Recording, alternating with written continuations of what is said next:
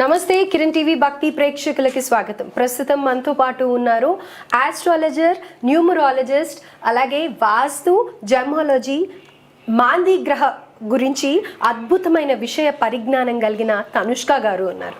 నమస్తే తనుష్క గారు. నమస్తే అమ్మా. తనుష్క గారు, యూజువల్గా ఒక్క సబ్జెక్ట్ మీద గ్రిప్ పొందడమే చాలా కష్టం, అది చదువుకున్నాక ఇంకా చాలు అని అనుకుంటారు. అలాంటిది ఇన్ని విషయాలు, చాలా అద్భుతమైన సబ్జెక్టులు, నాకు తెలిసి ఒకదానికి ఒకటి లింక్ ఉండే ఉంటాయి. ఇన్ని రోజులుగా నేను అందరితో ట్రావెల్ చేస్తూ ఉన్నాను కాబట్టి చెప్తూ ఉన్నారు. మీ ద్వారా ఎంతో మంది లబ్ధి పొందారు. అంటే ఇప్పుడు మామూలుగా ఒక్క ఆస్ట్రాలజీ చూస్తే కొన్ని ప్రాబ్లమ్స్కి సొల్యూషన్ చెప్తారు, మామూలుగా కొంతవరకు ఐడియా ఉంటుంది పర్ఫెక్షన్ ఉన్న వాళ్ళు. అలాగే న్యూమరాలజీ, జర్మాలజీ, ఇలా అన్ని ఐడియా ఉండడం వల్ల ఎగ్జాక్ట్గా ఎక్కడ ప్రాబ్లం ఉంది అనేది ఈజీగా ఐడెంటిఫై చేయడం మీ వల్ల అవుతుంది కదా. పైగా మాంది గ్రహ అంటే ఏంటి? యాక్చువల్గా మాంది అనేది మన ఈ 9 గ్రహాలు కాకుండా ఆయన వచ్చి శని ఒక పుత్రుడు, అంటే శని ఒక నీడద మాంది అని చెప్తాము. యాక్చువల్గా వీళ్ళు ఏంటంటే మందపుత్రుడు మాంది అని చెప్తారు. మందడు అంటే శని, బట్ ఈయనకు వచ్చే టెంపుల్ తమిళనాడులో కూడా ఉంది. సో ఆయన ఏంటంటే అసలు మాంది అనేది ఒక చాలా పవర్ఫుల్ గ్రహం. ఇప్పుడు మనకు జాతక చక్రంలో ఈ 9 గ్రహాలు అనేసి చేసేటప్పుడు ఏమవుతుందంటే అసలు అందరూ సర్పదోషం ఉంది, లేదు అసలు కుజదోషం ఉంది, ఇవన్నీ చెప్పి మళ్ళీ రెమెడీస్ ఫాలో అవుతూ ఉంటారు. కానీ కూడా వాళ్ళకి రెమెడీస్ అస్సలు అందదు. సో అప్పుడు ఎక్కడ మనకు ప్రాబ్లం ఉంది? ఉన్న 9 గ్రహాలకు పూజలు చేసేసాము, హోమాలు జపాలు అన్నీ చేసేసాము, మళ్ళీ ఎందుకు సొల్యూషన్ అందట్లేదు? మా పాపకి ఎందుకు పెళ్లి కాలేదు, లేదు మాకేం సమస్యలు ఎందుకు ఇలానే కంటిన్యూ అవుతుంది అంటే ఆ మాంది గ్రహం అయితే అది వచ్చి చాలా పవర్ఫుల్. ఇప్పుడు సపోజ్ వాళ్ళకి పాప పెళ్లి కాలేదనంటే వాళ్ళకి జాతక రీతిగా మాంది కుటుంబ స్థానం అనే 2nd హౌస్లోనో, లేకపోతే 7th హౌస్లోనో, లేకపోతే శుక్రుడు హౌస్, అంటే శుక్రుడు హౌస్ అంటే రిషభంలో కానీ తులాంలో కానీ మాంది గ్రహం ఉన్నింది అనుకోండి, అప్పుడు వాళ్ళకి మ్యారేజ్ విషయం చాలా ప్రాబ్లం అవుతుంది. అప్పుడు మాంది గ్రహం వల్లదా ఇట్లా సమస్య ఉంది అనేది అసలు ఇక్కడ ఉన్న జనులకి ఏంటంటే ఈ 9 గ్రహాలే చూసి అలవాటు అయిపోయింది కాబట్టి మాంది గురించి అప్పట్లో ఏమైందంటే అసలు కొన్ని విషయాలు మరిపేశారు. అంటే అందరికీ అసలు తెలియాల్సిందే, కానీ ఇది ఏంటంటే కేరళ వాళ్ళు ఇంకా కంటిన్యూ చేస్తున్నారు కాబట్టి వాళ్ళకి అర్థమవుతుంది. సో ఇక్కడ ఏమైపోయిందంటే ఇది కేరళలో వరకుమే వర్తిస్తుంది, మాకు లేదు అట్లా అని అంటారు కదా, అలా కాదు. సూర్యుడు ఎలా ప్రతి ఒక్కరికి ఎంత ఇంపార్టెంటో అలానే మాంది కూడా. ఇప్పుడు మాంది గ్రహం కనిపెట్టిన దానివల్ల ఇప్పుడు నేను ఇక్కడ మనం ఒక 20 ఇయర్స్గా చెప్తున్నాం, అంటే మన ఇక్కడ తెలుగు పీపుల్కి, కానీ వీళ్ళందరికీ కూడా సొల్యూషన్ దొరికింది కదా. సో అప్పుడు వీళ్ళకి ప్రాబ్లం ఉంది కాబట్టి మన దగ్గర అప్రోచ్ అయ్యారు. అసలు ఎలాంటి వాళ్ళు అన్ని గ్రహాలకు పూజలు చేసేసాము, ఎక్కడ ఫలితం లేదు, జ్యోతిష్యం మీదనే నమ్మకం పోయింది అని చెప్పే వాళ్ళకే నేను ఎక్కువ ఇస్తున్నాను.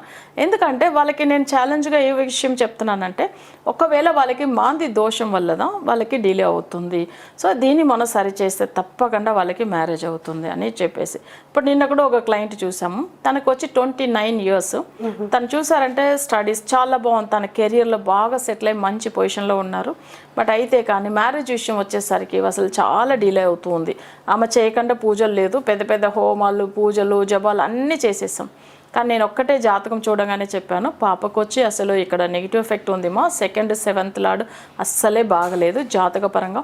సో అది ఎట్లా మేడం, ఇక్కడ జాతకంలో సర్పదోషం ఉందినే కదా చెప్పారు, మేము రెమెడీ ఫాలో అయినాం కదా, బట్ ఇక్కడ ఎందుకు మీకు రెమెడీ అంది ఉండాలి కదా మీరు చేసినప్పుడు, బట్ ఎందుకు మీకు రిజల్ట్ కనిపించలేదనంటే మాంది గ్రహం అనే గ్రహం ఇక్కడ 7th 12th లార్డ్ అంటే 2 అంటే రిషభ లగ్నం వాళ్ళది.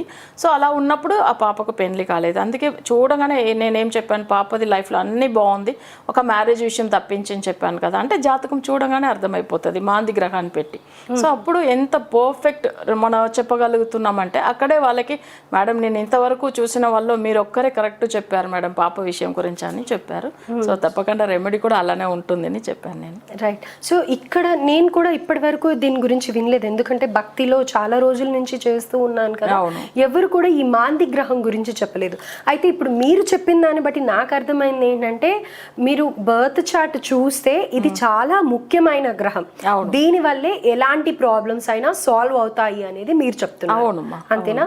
సో ఎన్ని పూజలు చేసుకున్నా అవ్వట్లేదు, ఎంత రెమెడీస్ చేసినా అవ్వట్లేదు అనే వాళ్ళకి ఒక్కసారి బర్త్ చార్ట్ చూయించుకున్నట్టయితే ఒకవేళ ఈ ప్రాబ్లం ఉన్నట్టయితే దీనికి సొల్యూషన్ కూడా మీరు చెప్తారు. చెప్తామ్మా, అంతేనా? అవును. ఎందుకంటే మన పూజలు అంటేనే అసలు ఖచ్చితమైన పరిష్కారం ఉంటుంది.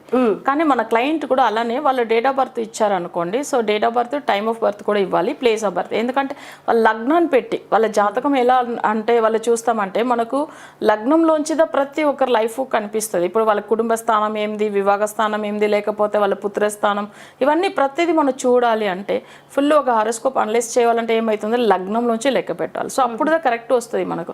సో అందుకని వాళ్ళ డేట్ ఆఫ్ బర్త్ ఉంటే నేను కూడా గ్యారంటీ ఇస్తాను రెమెడీ విషయంలో. మరి డేట్ ఆఫ్ బర్త్ లేదు అనుకున్న వాళ్ళకి ఎలాగా సొల్యూషన్? ఇప్పుడు ఒకవేళ సరే మ్యారేజ్ అయిపోయింది, వాళ్ళు ప్రాబ్లం ఫేస్ చేస్తున్నారని అంటే వాళ్ళ వైఫ్ జాతకం ఉంటే ఇవ్వచ్చు, వాళ్ళ డేట్ ఆఫ్ బర్త్ డీటెయిల్స్ ఇవ్వచ్చు, లేకపోతే పిల్లలది ఉంటే పిల్లలది ఇవ్వచ్చు. సో అట్లనే కాకపోతే వాళ్ళ హారోస్కోప్ ప్రకారం సరే మ్యారేజే కాలేదు అంటే ప్రసన్నం చూస్తాం. ప్రసన్న చక్రం అంటే ప్రసన్నం అంటే ఇప్పుడు ఏ రోజు వాళ్ళ అపాయింట్మెంట్ తీసుకుంటారు, ప్లస్ ఏ టైం మాట్లాడుతున్నాము, సో ఆ ఏ గడియల్లో మాట్లాడుతున్నాము అనే టైమింగ్లో లగ్నం ఒకటే ఇస్తాం. సో ఆ లగ్నం ప్రకారం ఏమవుతుందంటే ఆ గ్రహాలు ఏ గ్రహాలు వీక్ ఉంది, అసలు వాళ్ళకి జాతక రీతిగా ఏ గ్రహం అడ్డుపడుతుంది వాళ్ళకి మ్యారేజ్ విషయం గురించో, లేదు వేరే విషయం అసలు వాళ్ళ కెరియర్ గురించి కూడా ఉండవచ్చు. కానీ అవి ప్రశ్న చక్రం వల్ల కనిపెట్టి వాళ్ళకి ఈ సమస్య ఏదో ఉంది అని చెప్పవచ్చు. సో బట్ అయితే ఫ్యూచర్ గురించి దాంట్లో చెప్పలేము. ప్రజెంట్ ఉన్న ప్రాబ్లానికి వాళ్ళకి రెమెడీ దొరుకుతుంది. సో అంటే ఫ్యూచర్ అంటే మనకి ఏం దశ అనేది తెలియదు కదా. సో వాళ్ళు డేట్ ఆఫ్ బర్త్ డీటెయిల్స్ ఇస్తే వాళ్ళకి ఇప్పుడు ప్రజెంట్ ఏం దశ జరుగుతుంది, ఫ్యూచర్లో ఏం దశ రాబోతుంది అని కూడా చెప్పవచ్చు. కానీ ప్రజెంట్ ఉన్న సమస్యలకి రెమెడీ దొరుకుతాయి కదా, అవి సరిపోతుంది వాళ్ళకి. అంతే, అవును. ప్రజెంట్ బాగుంటే ఫ్యూచర్ ఆటోమేటిక్గా బాగుంటుంది. కాబట్టి ప్రజెంట్ తెలుసుకుని పెళ్లి కావాలి, పెళ్ళే పెద్ద ప్రాబ్లం అనుకోండి, పెళ్లి అయింది అని అంటే ఇంకా తర్వాత ఆటోమేటిక్గా అన్ని సర్దుకుపోతాయి. రైట్. సో థ్యాంక్ యూ అండి, చాలా మంచి ఇన్ఫర్మేషన్ ఇచ్చారు. Thank you so much. Thank you అమ్మా.